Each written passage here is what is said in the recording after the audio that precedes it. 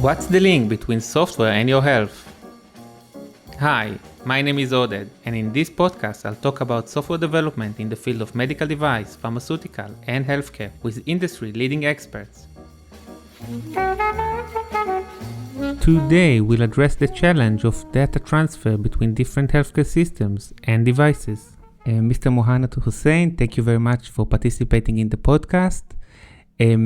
We are going to discuss the interoperability problem in healthcare, and I'm so glad that we have someone like yourself to tell us about it. Maybe we can start by you telling us a bit about yourself. Yeah, thank you for having me, Oded. It's a pleasure to be here. You're very kind. I don't know if I'm worth the hype, but that being said, I'm a software developer by training. And about a decade or so ago, I stumbled into healthcare and specifically medical imaging. I usually joke with people that I got into healthcare for the wrong reasons, but I stayed in it for the right reasons. So very quickly, it grew on me. And here we are. You know, it's been almost 12 years now, and I still love it. And I don't see myself going to any other domain. Sounds great. Sounds like you got infected with the healthcare bug.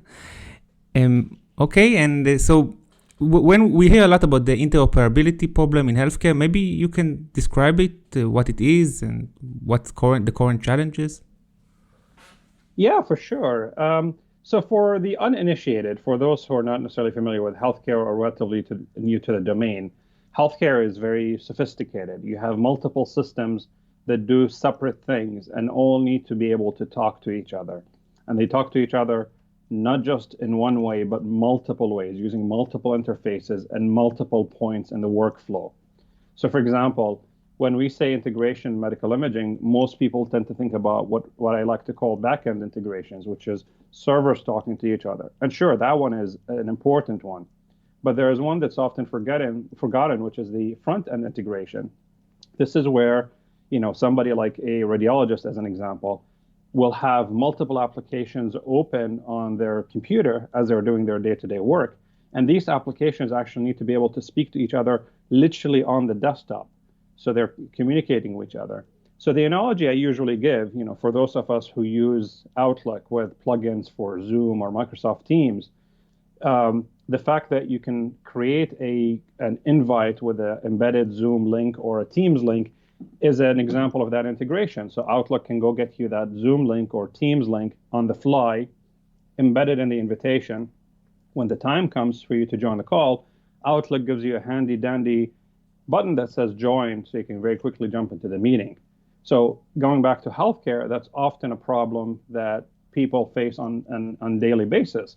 You'll have radiologists who are, let's say, working through their work list of images to read, and sometimes they need to be able to look up patient history or lab results and things like that in the EMR. And if these two are not integrated, well, now you're going to run into the problem of having to copy and paste, which is disruptive to their workflow.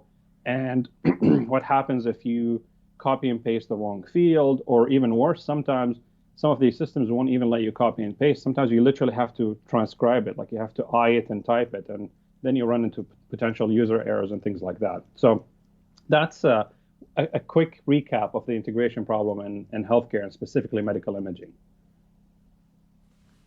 Okay, and how the industry, let's say, cope with it until 5 or 3 years ago? For sure. So depending on which side of the aisle you're on. So I talked about the backend integration versus the front-end integration. So the backend integration have generally fared a lot better over the last, let's say, couple of decades because of standards like DICOM and HL7 version 2. It's not perfect because the implementation of those standards can sometimes be a little loose and varies from vendor to vendor. And of course, those standards also evolve. So some things are newly added, some things get deprecated. But generally, I find that backend integrations are more reliable. Front-end integrations, unfortunately, haven't enjoyed a lot of love as far as standards go. There was one standard, which is commonly called CCAO, but unfortunately, the standard, in my opinion, was very convoluted, so it wasn't really very widely implemented. So that basically left front-end integrations to be essentially the Wild West. of medical imaging and the rest of healthcare IT. Now, the good news is we've got newer standards coming to rescue this problem. So on the back end, we have a new evolution of DICOM, which is now called DICOM Web. And for the rest of healthcare IT, we have a revolution rather than an evolution, which is HL7 Fire. It's a completely brand new standard, not backwards compatible, but nonetheless super promising as far as interoperability.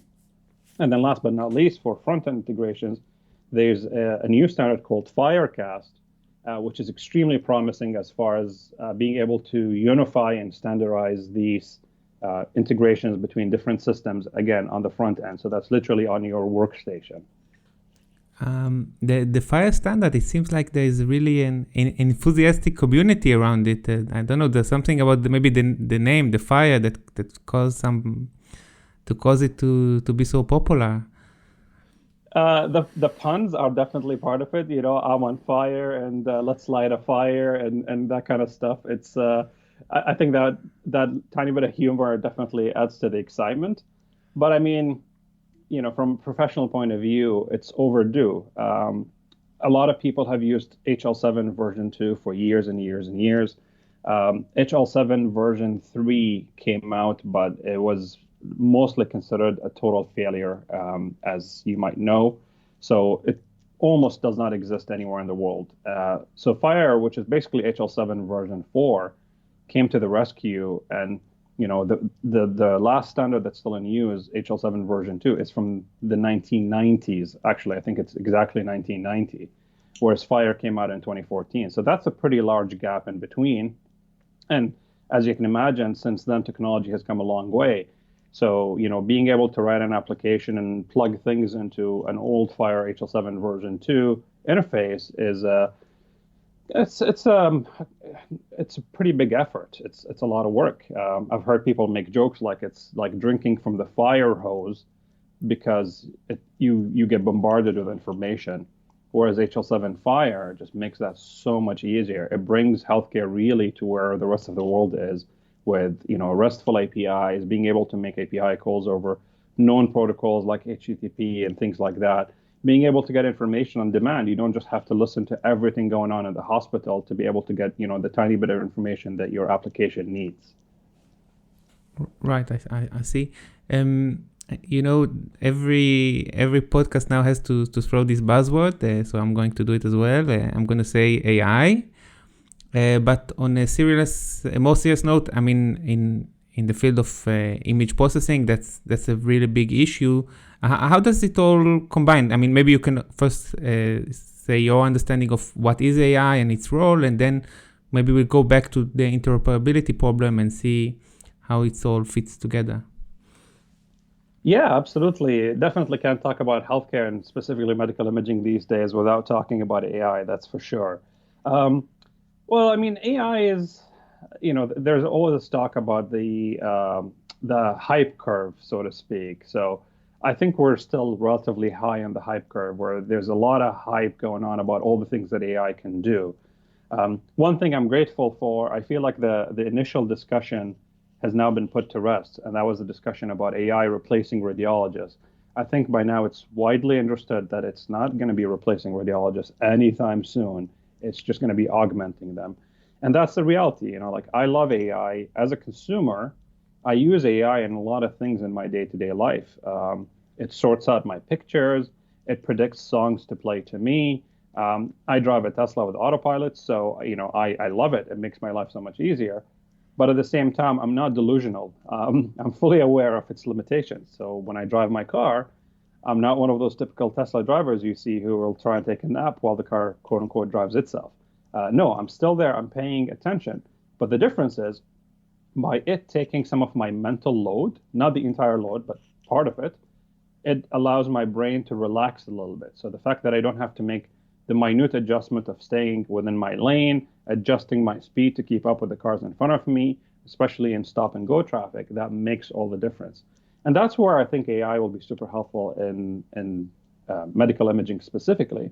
There are a lot of tedious tasks that radiologists have to perform that can be easily performed by AI.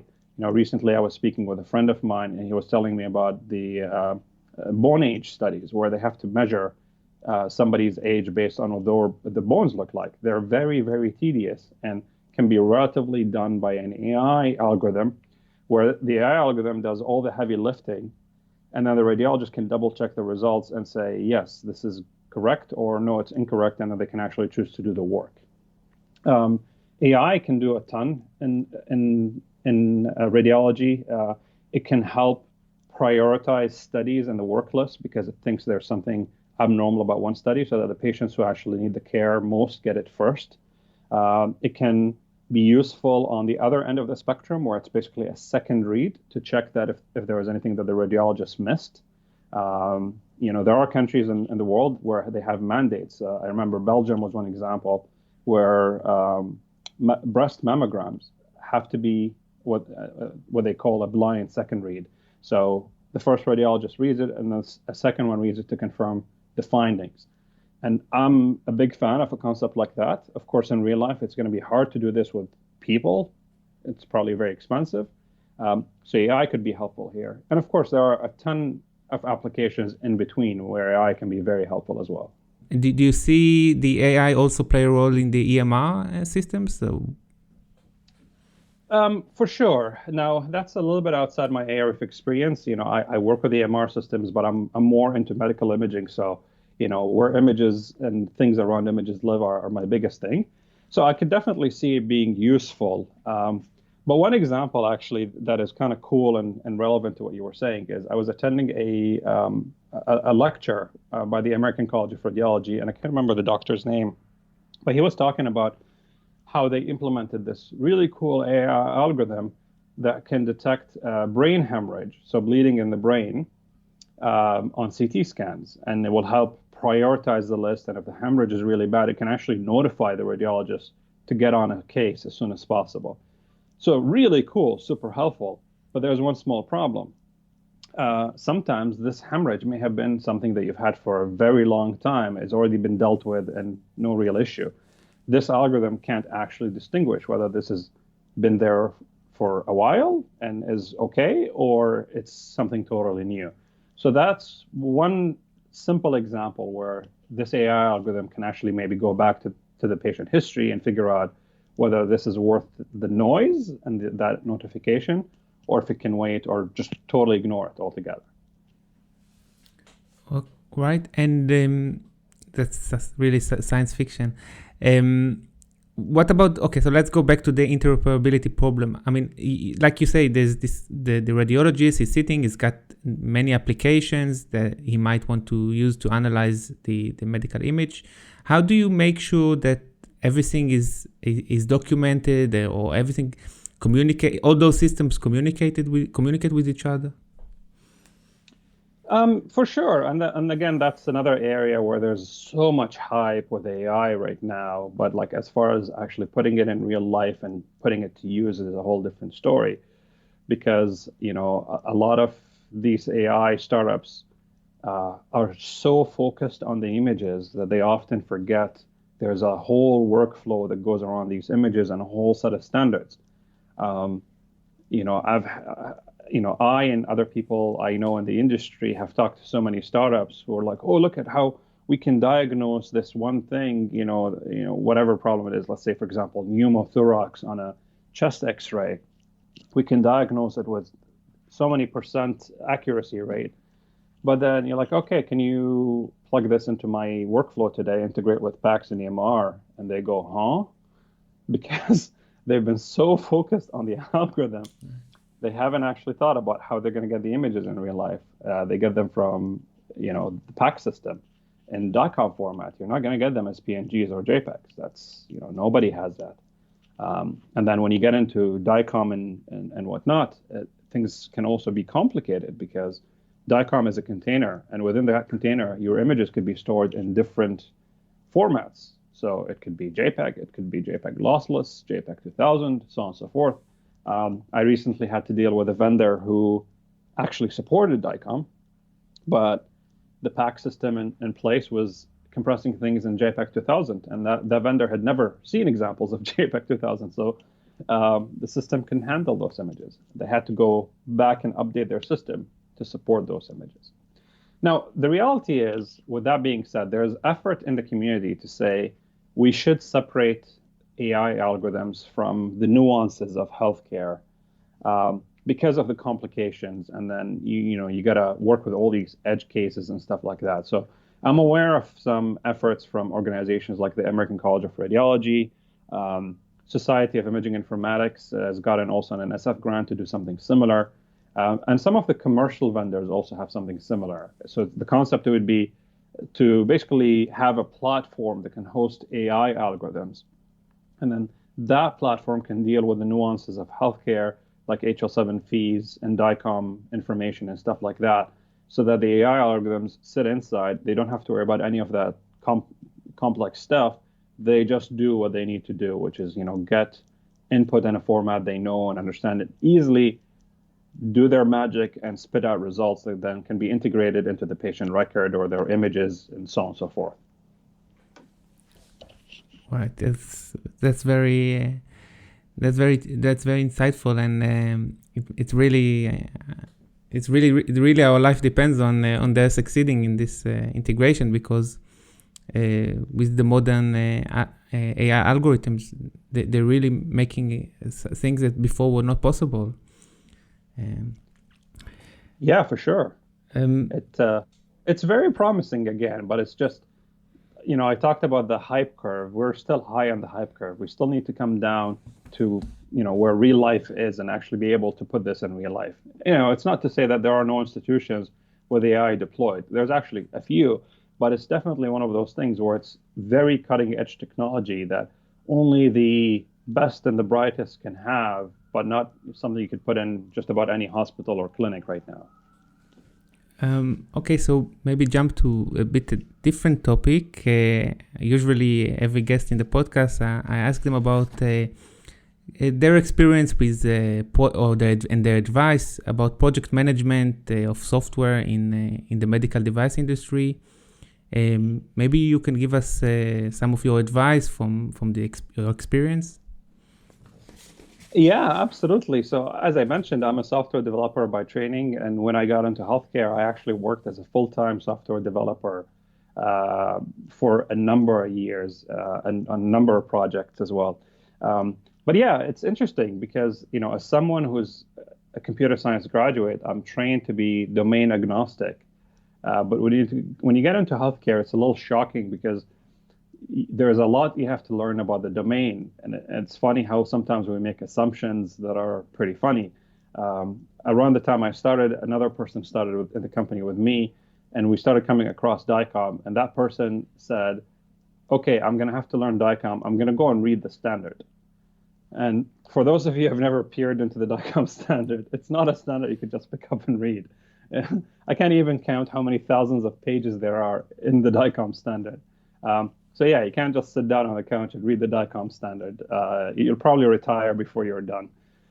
What you do is you pick up and learn the pieces as you need them. So you learn the basics of what needs to happen, and then you grow from there into the areas. Because the DICOM standard is a lot more than just how do you store the images. It's also the workflow of how images move around, how these images get updated, what happens if a patient has got multiple identities in the system and they have to be merged, how these instances can be persisted on disk, how images can be displayed accurately. There are a lot of parts of the standard, and these parts may not pertain to everybody. It depends on what you're doing. So that's one thing. The other thing to know is that healthcare, may not necessarily be the most glamorous domain to be in, when you compare it to other domains. For example, if you're after the money, you'd be better off going to finance or, banking. You make more money there. But healthcare is different. There's that noble purpose behind it that you feel very good because what you're doing can impact people's lives. These people could be people in your country, community, family, even yourself. One of us is bound to be a patient at some point. So sooner or later, that software can actually contribute to making your life better or maybe even saving your life. Now, the other piece of advice for those who do get into healthcare, once you've acquired the taste for healthcare and you like it, I would highly recommend that you step outside of the typical developer bubble. A lot of developers tend to be kind of bubbled in this cocoon where, they code all day long, adding features and fixing bugs, but don't really get exposed to what these things are like in real life. So I highly recommend that you try and step out of the bubble. Have your company organize tours to a local hospital where they can show you around, or, try to go to conferences and meetups where you can actually rub shoulders with clinical users and, people who could basically end up being end users. Understand the world from their perspective, not just from yours. It will be very, very enlightening. And last but not least, try and participate in driving standards. People don't realize this, but the standards are very much driven by volunteers from the industry. And not everybody needs to be an absolute expert in any area to be able to join the standard bodies. You could just join, and if you don't feel like there's anything you contribute, you could just listen in on the calls, but you're in the process learning a ton. But there will always be an opportunity for you to give an opinion about something that you may know better than other people, even if you're new. That's beautiful.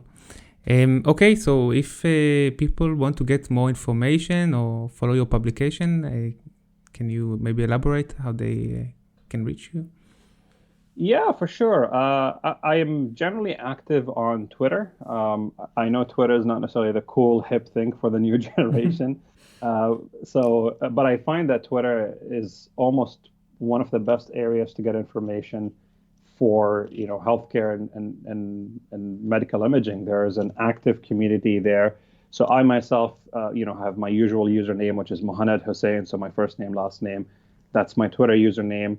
I follow a number of thought leaders who often tweet out amazing news or updates in healthcare. I've recently quit my full-time job. I've actually gone out as on my own as a consultant. So I have my company website. It's techymaestro.inc, and I try to blog there every now and then when I have some interesting thoughts to inform the world about. I can't promise it'll be the most informative thing, but I try my best. One of the things I live by, one of the mottos I live by in my life is, don't let perfect be the enemy of good. So that's one of the things I try to do. So my tweets may not necessarily be perfect, or my blog posts on my company website may not be perfect, but I try my best to do. Now, if you are interested in healthcare standards, there are a lot of educational resources you could tap on. For example, if you went on YouTube and looked up my name, you're going to find a bunch of recorded sessions from different conferences I was at that you can view free of charge. You might be able to learn something. Also, the society I mentioned, which is Society of Imaging Informatics, so that's SIIM, is an excellent place to go and learn about standards and, again, mingle with the community and so on and so forth. So I highly recommend that. One last selfish plug is the SIMS Hackathon. So the hackathon is an event, but also a stack that is available year-round. So it's completely free to get in, both to use the stack and to get in on the event. Great place to learn hands-on experience with some of these standards like Fire and DICOM Web. So the address for that one is siim.org/hackathon. Thank you very much. Thank you, Aded. It's a pleasure to be here.